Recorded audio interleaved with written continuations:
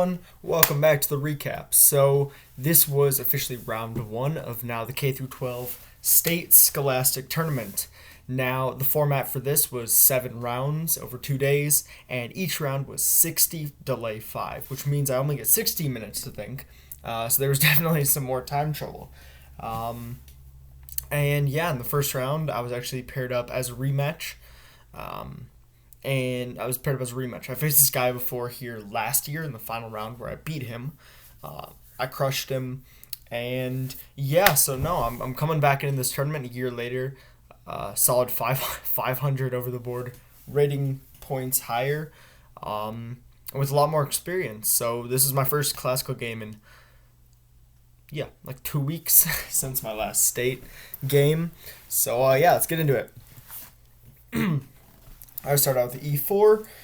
You guys know me. We get E6. I'm like, oh, we're gonna get a French. Okay, well, this is gonna be pretty simple. So I played what I've played the gambit that I've shown in my video where I beat a 2300 in like 9 moves. And it goes like this. You go queen a4 check instead of recapturing back. And there's a lot of tricks and traps into it. And he thought for like 5 minutes, then he went here, which is not the way to play, but it's the way that most people will play. It doesn't lead to traps, but it definitely leads me to a very comfortable position. So I took. Point is now I'm justifying. I have an isolated pawn that I'm going to try to play around, but your knight really wants to go to here, but now it can't. And this pawn might become annoying. So queen takes, knight c3, developing with tempo. Queen moves back. I develop my other knight. He develops his. I go d4, bishop d6, bishop d3, castles. And he goes here, bishop g4. And I settled in for my first think of the game. Because you gotta understand, I've seen this exact position like 4 times online. And each time I've played something different. Like, I'm very indecisive. And this is where I took my first risk of the game. Because I'm thinking, okay, well, he's a low-rated opponent. If I can throw the game into some sort of chaos, hopefully I can just outcalculate him. And so I took a risk. So there are 3 things I was calculating. The first, which was obviously the best move, is just knight e5. Point of it is that if something like bishop takes, pawn takes, this is hanging, this could be hanging, and yeah, if let's say queen takes here, then I'm going to take here, I'm threatening this, and everything gets blown open. I was thinking of that, but for some reason I didn't choose it. I was also debating between h3 and the move they end up choosing, which is bishop g5. And now the thought process behind the move that I chose was that I was like, okay, maybe I can attack him down the g file if he takes here. So do I actually care that much about him doubling my pawns? In the moment, I'm like, you know what? Let's take a risk. Let us go bishop g5.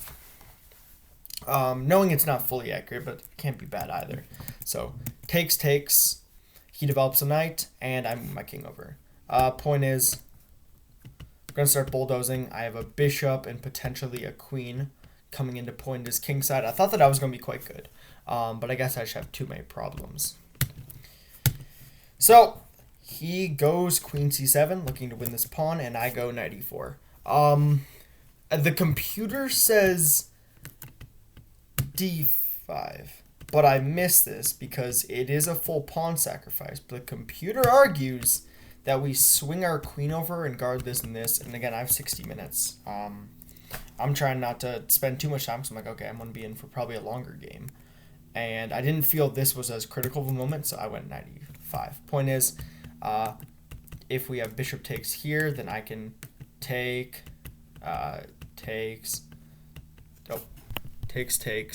and then maybe here, and then my queen swings in, and I definitely thought that I had, like, something. I was going to be very powerful.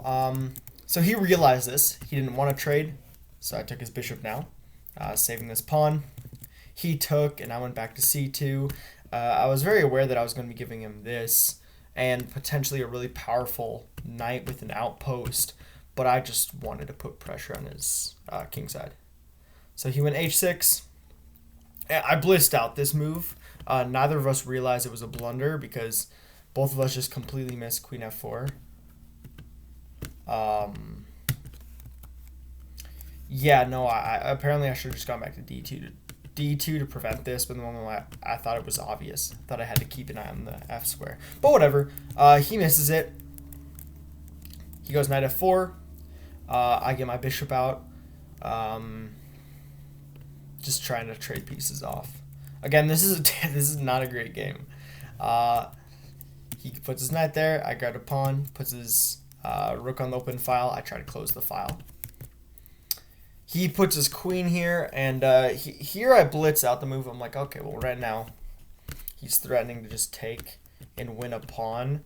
The computer wants me to go bishop g3, but I was nervous because I thought after takes,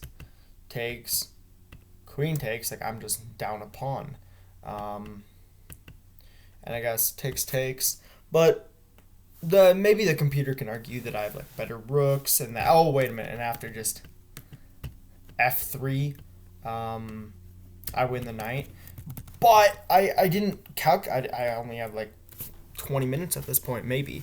So I missed that. So I just tried trade. Takes. I put a rook on the G file. Brings over to the center. I put my queen here. I just thought I could maybe like swing back to the queen side if need be. Knight here, rook g2, covering this, and here he just... Mwah. Beautiful move. Rook takes e4. What the hell?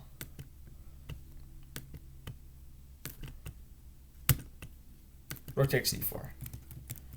Beautiful move. Point is, after takes, knight takes, queen takes.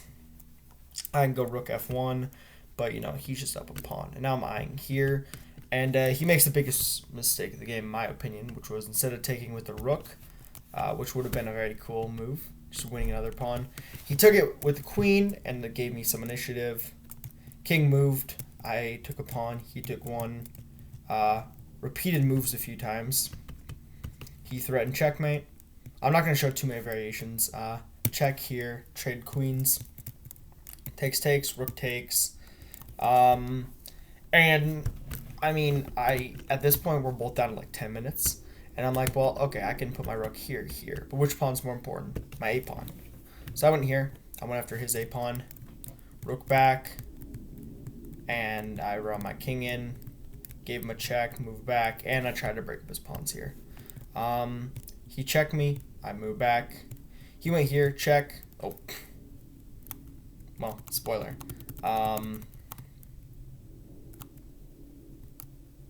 Check, he gave me a pawn, and then again, this is all in time pressure. We were just blitzing out moves. All this, check, here, and he blundered his pawn. And we agreed to draw. Sorry if I sped over that game. There's a lot to talk about, and also not that much to talk about. It was a very sloppy game. Just me taking risks in the beginning when I could have just played solid. No, it was disappointing way to start out the tournament, drawing a 900. But, you know, he played a very good game. Learned after that he was like 1950 online. So I was like, yeah, no, that he played well, and I can't be too upset because, you know, I didn't do a draw. So I was just like, okay, well, now I really have to clutch up in the next 6 rounds. So let's see if I was able to do that.